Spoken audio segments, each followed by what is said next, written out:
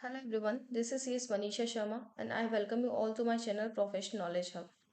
Last topic में हमने देखा था गिफ्ट डीड के बारे में, दैट इज़ कि गिफ्ट डीड कैसे ड्राफ्ट करना है, इंपॉर्टेंट क्लोजेस क्या है गिफ्ट डीड के।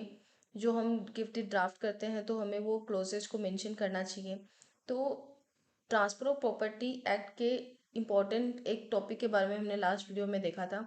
आज हम डॉक्ट्राइन ऑफ मार्शलिंग के बारे में देखेंगे, जो कि ट्रांसफर ऑफ प्रॉपर्टी का एक इम्पॉर्टेंट डॉक्ट्राइन है। ये थोड़ा सा डिफिकल्ट है समझने के लिए, इसलिए हम इसको एक एग्जांपल से देखेंगे। डॉक्ट्राइन ऑफ मार्शलिंग क्या बोलता है?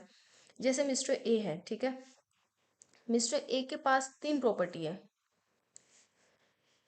एक्स, वाई एंड जेड, ठीक है।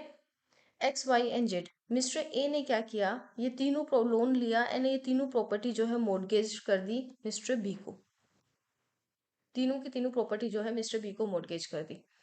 उसके बाद मिस्टर ए ने सब्सिक्वेंट लोन लिया एंड जो एक्स प्रॉपर्टी है वो मिस्टर ए को मोर्गेज कर दी, मिस्टर सी को मोर्गेज कर दी। ओके, तो अब डॉक्ट्राइन ऑफ मार्शलिंग ये बोलते हैं कि जब मिस्टर ए जो है वो अगर डेप्ट पे नहीं करता है, तो मिस्टर बी जब अपना डेप्ट को रिकवर करता है तो वो वाई और जेड को पहले क्या करेगा, सेल आउट करेगा एंड अपना डेप्ट को रिकवर करेगा, और एक्स को जो है वो टच नहीं करेगा। क्योंकि डॉक्ट्राइन ऑफ मार्शलिंग जो है वो बेस्ड ऑन इक्विलिटी है, कि to protect the interest of subsequent mortgagee, subsequent mortgagee के इंटरेस्ट को प्रोटेक्ट करने के लिए ही ये डॉक्ट्राइन ऑफ मार्शलिंग आया है, कि मिस्टर बी जो है वो पहले अगर उसको अपना डेप्ट को सेटिस्फाई करना है तो X and Y and Z को वो सेल करके जो है अपना जो डेप्ट है उसको रिकवर करेगा, एंड एक्स जो प्रॉपर्टी है जो सब्सिक्वेंट मोर्गेजी की है, मिस्टर सी की भी है, तो वो उसको टच नहीं करेगा ताकि मिस्टर सी जो है उससे रिकवर कर सके।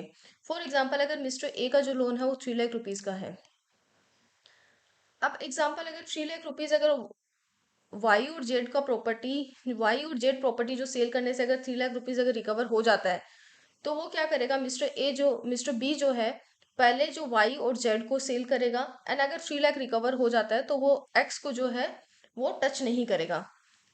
एंड इन केस अगर यहाँ से वाई और जेड को अगर रिकवर करने से, उसका जो प्रॉपर्टी वाई और जेड को अगर सेल करने से उसका अगर 2 लाख रुपीज ही रिकवर होता है एंड 1 लाख रुपीज अगर रह जाता है, तो वो उस केस में वो जो है एक्स को भी, प्रॉपर्टी एक्स को भी सेल आउट कर सकता है।